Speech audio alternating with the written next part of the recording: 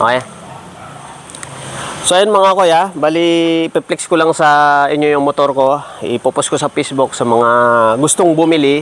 Asking niya is 25k. Murang-mura na to. Bagkos siya ay 2013 model. Subok na. Hindi pa nabuksan yung makina niyan. Maliban sa mga wiring, mga minor na ano niya, napalitan na yan. Bago ang kadena niyan. Then ito mukha bago to. Bago din ito. So hindi lang kasi natatakpan kaya medyo nagkukupas agad. May back siya. Then maayos pa naman yung mga gulong niya. Nakita nyo. So asking niya is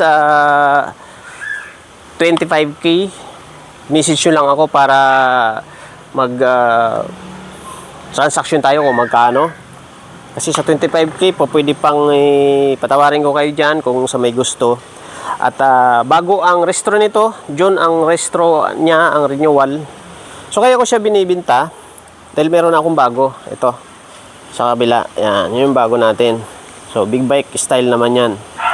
Yan yung ating bago. So ito naman is enduro type.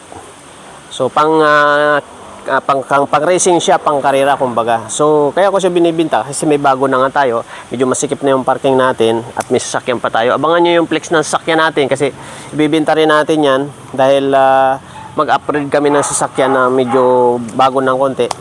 So dito tayo sa motorsiklo muna. Euro 150, malakas na makina. Condition ang makina. Hindi pa nabubuksan. Lahat condition ito, working lahat. Papakita ko sa inyo ha. Papanda rin natin para mapakita ko sa inyo na talagang working siya at condition. O, kita nyo, one click. Ang under niya parang under ng Honda. Okay, so check natin. Signal light. Kita nyo, lapitan mo. Signal light kaliwa. O, signal light kanan. Okay. Tapos headlight. Meron headlight. Meron. May headlight siya. Yan, mayroon siyang high and low. Yan. Then bosina. Malakas. Then may ilaw din yung isa natin na to. Ayan o. Kaya lang isa na pundi na. Bahala na kayo magpalit. So working lahat siya. At papakita ko sa inyo kung gaano siya kalakas. Dahil 150 ito. Actually pang karera nga, pang racing nga ito siya. So malakas. Malayo pa yung nararating nito ng mga nakaraan. Galing ako ng Batangas, Bicol. So yan. So para makita ninyo yung takbo. Ayan. Matalon oh. Lakas oh. Oh. So pang karera kasi ito, pang bundok. Takbo si kuya. So patakbuhin ko at mamaya masakay tayo. Oh.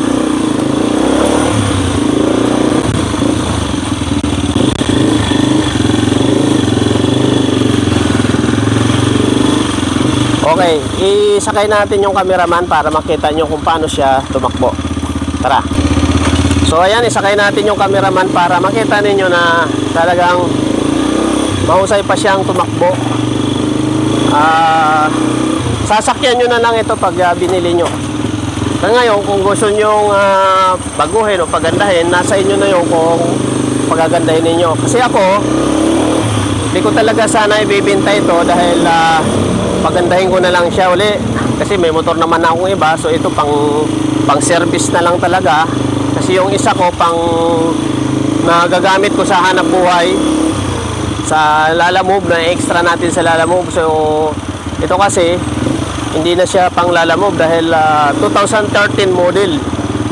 So sa mga gusto, PM nyo lang ako. So malakas ito malakas ito tumakbo kasi nga 150.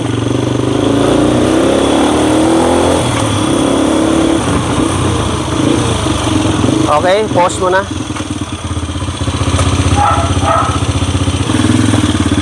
Okay, ayan na. So na-testing na natin no, mga kuya, mga kaibigan. Sa mga willing dyan at gusto, please PM lang ako. Kita nyo naman yung tunog, parang tunog ng Honda para sa transaction natin. So hindi ko naman pinipilit na mayroong bumilit, mayroong may binta ko.